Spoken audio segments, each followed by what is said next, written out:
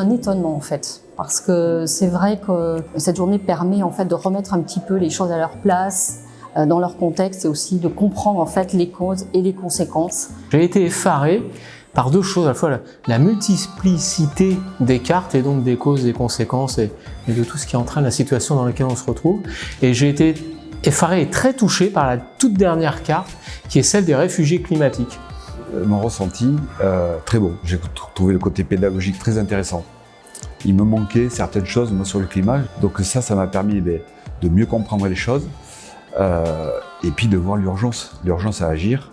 J'ai été étonnée du nombre en fait, d'informations, de données qui sont à notre disposition et que finalement on appréhende difficilement.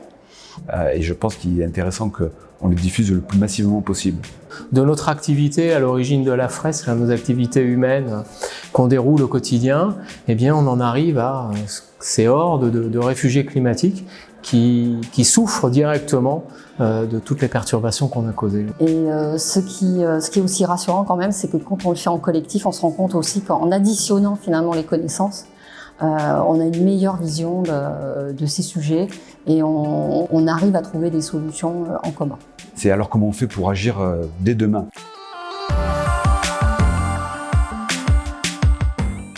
Le point que je veux retenir, c'est les explications qui sont précises, qui sont claires et qui aujourd'hui sont partagées par tout le monde. Moi, c'est concernant en fait tout ce qui tourne autour des océans. Alors le grand point que je vais retenir ce soir, c'est celui de la boucle de rétroaction positive. Je me rends compte en fait les conséquences du dérèglement climatique sont quelque part aussi très importantes sur ce milieu et ce qui aura forcément des conséquences aussi sur la capacité de l'être humain en fait à s'adapter.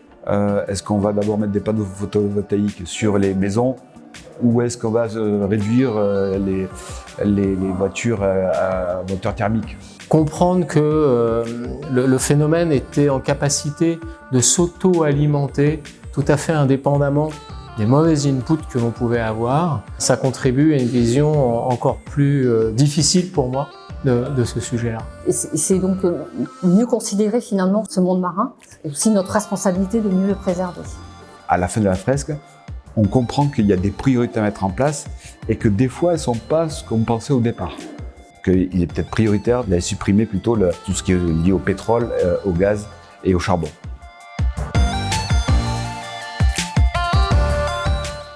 On s'est mis en marche en fait sur ce sujet à la banque et cette journée, ça permet finalement de nous nourrir de nouveau et finalement de nous enrichir aussi dans justement les actions qu'on va mener, dans tout le programme qu'on a prévu pour ne pas se tromper d'objectif et puis collectivement aussi embarquer tous les collaborateurs de la banque.